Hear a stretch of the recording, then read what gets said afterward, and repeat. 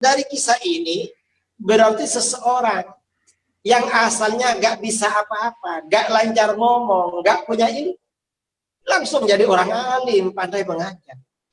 Ini namanya alladzi tanhallu bihil uqad. Ya, dibuka moodnya. Ya, silakan. Warahmatullahi wabarakatuh. Ya, waalaikumsalam warahmatullahi.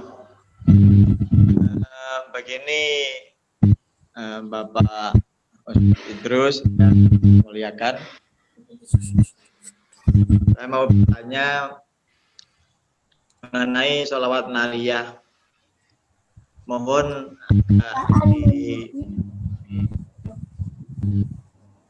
kita berjumpa itu tetangganya Bapak Idrus itu, yaitu di sebelah baratnya Bapak Idrus, timurnya Bapak Idrus itu sering mengatakan itu adalah amalan-amalan syirik.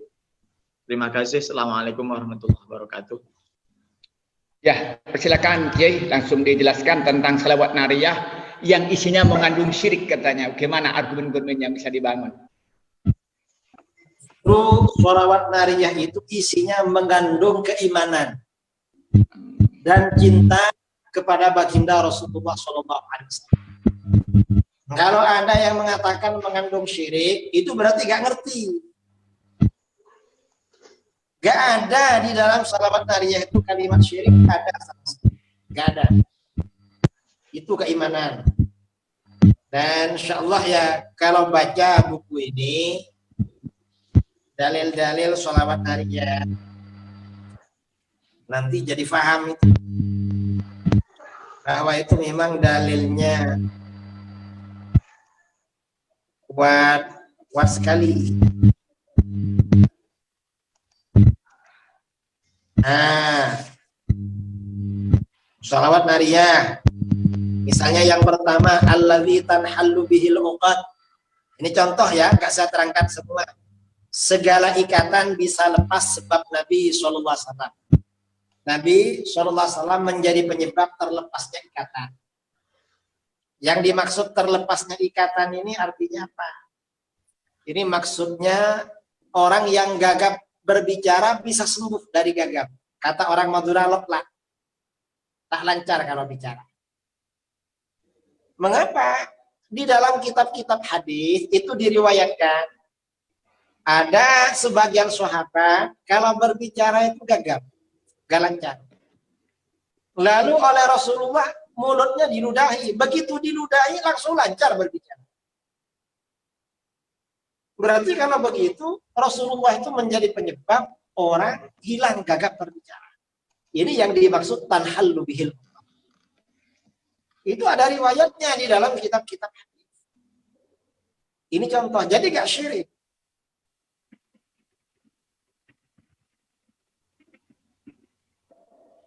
Dan seperti ini tidak hanya terjadi pada masa Rasulullah SAW ketika hidup. Setelah wafat juga terjadi. Dalam kitab-kitab sejarah pada abad ke-8 ya, Hijriah, ada ulama besar namanya Imam Sa'duddin At-Taftazani. Imam Sa'duddin At-Taftazani ini muridnya Imam Adududdin Al-Iji.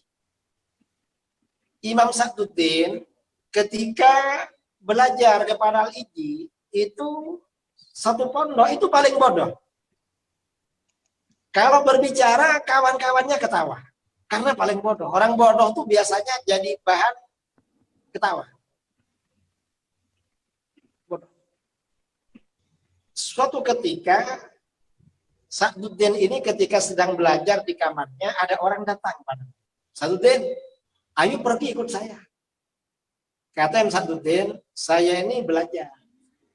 Gak bisa diganggu. Orang itu pergi.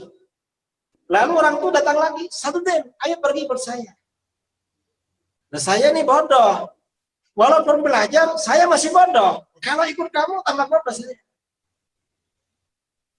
Jangan ajak saya. Orang itu pergi. Ketiga kalinya orang itu datang. Sa'duddin, ayo pergi ikut saya. Loh, yang bodoh ini siapa? Saya bilang. Lalu kata orang itu, Sa'duddin, kamu dipanggil baginda Rasulullah SAW. Rasulullah panggil kamu. Nah, hanya Sa'duddin pergi, dia pakai sandal bersama orang itu ke satu tempat di bawah pepohonan. Ternyata di situ ada Rasulullah bersama para sahabat. Ini mungkin secara yaqzah ya, di dalam Syadaratul Zahab, secara yaqzah, kira-kira secara yaqzah. Sebagian ulama modern menafsirkan itu mimpi, tapi sepertinya yaqzah. Sampai di situ Rasulullah tanya, kamu dipanggil 3 kali, tidak segera datang. Ya Rasulullah, saya nggak tahu kalau Rasulullah panggil saya. Dan saya ini bodoh Rasulullah, maafkan saya. Tolong Rasulullah, bagaimana saya biar tidak bodoh. Lalu Rasulullah baca sesuatu, kemudian menyuruh Imam Sa'duddin ini buka mulutnya, lalu diludahi.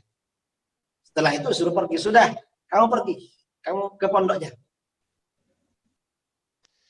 Besoknya, esok harinya ketika Imam Al-Ijini mengajar, Imam Al-Ijini sebelum memulai pelajaran baru, biasanya murid yang cerdas-cerdas, yang pandai-pandai, disuruh mengulangi pelajaran kemarin.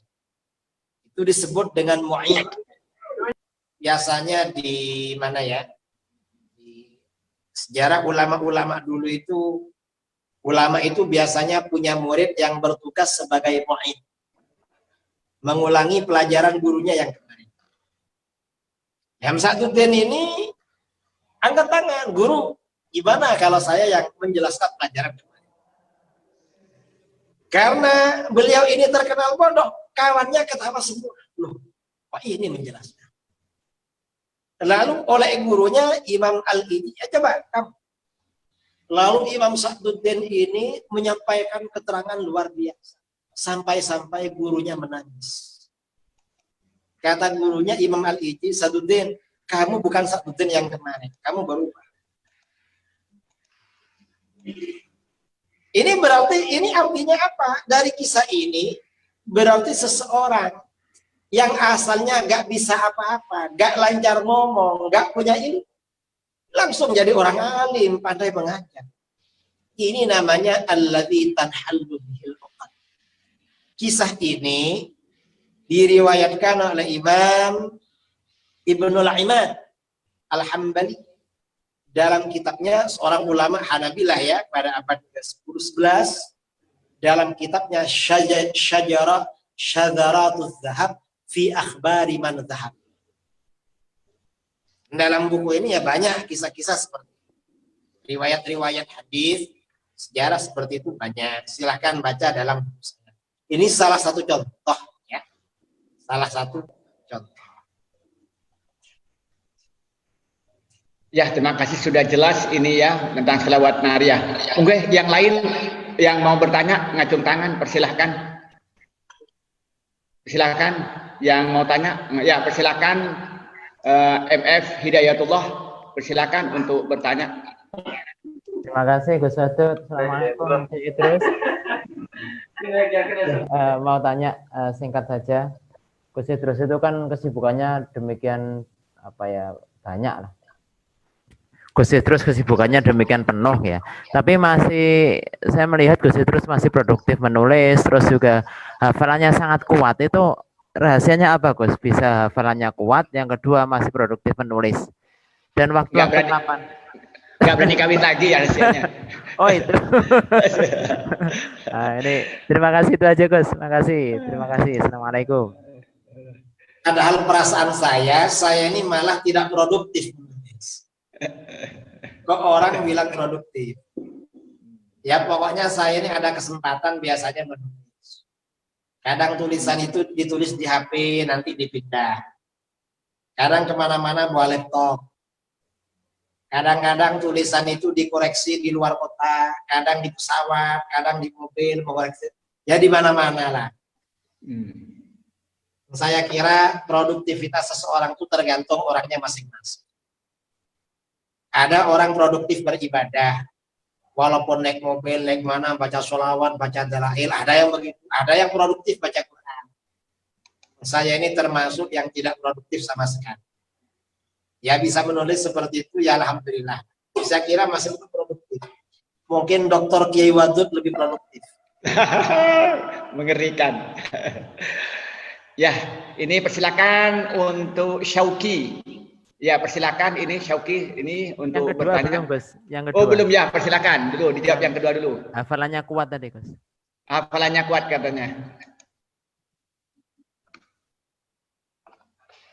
Ya, kok hafalannya masih kuat Kiai, masih ingat jawaban-jawaban bahkan dengan kitabnya dan halamannya itu masih ingat apa resepnya kira-kira begitu katanya. Saya kitabnya banyak yang punya dan masih dibaca sampai sekarang. Jadi Jadi memang mengulang-ulang. hampir tiap hari siang malam ya. Tiap hari saya masih baca kitab sampai sekarang. Saya ini sampai sekarang masih talibul ilmi, masih menuntut ilmu. Karenanya tiap hari masih mutolak. Dan sampai sekarang masih sering beli kitab. Sampai sekarang saya masih sering beli kitab. Tidak beli baju Kiai. Apa? Enggak, tidak beli baju. Kalau baju itu sekarang jarang, karena kalau ceramah kemana-mana sering dikasih baju. Ini sarung dikasih orang, songkok dikasih orang, semuanya dikasih orang. Jadi kalau kitab kadang dikasih orang, kadang kawan-kawan Aswaja dari Timur Tengah itu kirim kitab 2 karung kadang. Kadang ya dari kawan dari Malaysia ngasih 1 kardus dari Jakarta, kadang beli juga. Kalau baju itu gampang. Saya ini kalau undangan penuh di luar kota, biasanya kalau baju itu sudah kotor, saya telepon panitia, saya besok ceramah di situ. Iya Kak, Kiai. Ya Pak, baju saya kotor semua. Pak, ada pinjaman baju. Enggak Kiai, disiapkan. Ternyata sudah disiapkan baju dan sarung 3 stand. Akhirnya pulang bawa baju Pak. Tadi sering begitu. Kalau pindah-pindah kan nggak sempat nyuci memang. Akhirnya solusinya ya panitia. Ya Pak ini, masa saya pakai baju kotor? Akhirnya baju sering dikasih. Dan kadang ya walaupun nggak bilang begitu, sering dikasih. Sudah paham, Kiainya nggak pulang-pulang. Iya. Karenanya baju saya di mana-mana. Di Jakarta ada, di Sumatera ada, di Denpasar ada, ya di mana-mana. Cuman bajunya yang ada. Itu baju ya, karena ini sudah. Itu bukan istri maksudnya Kiai. Itu bukan majas, hakikat.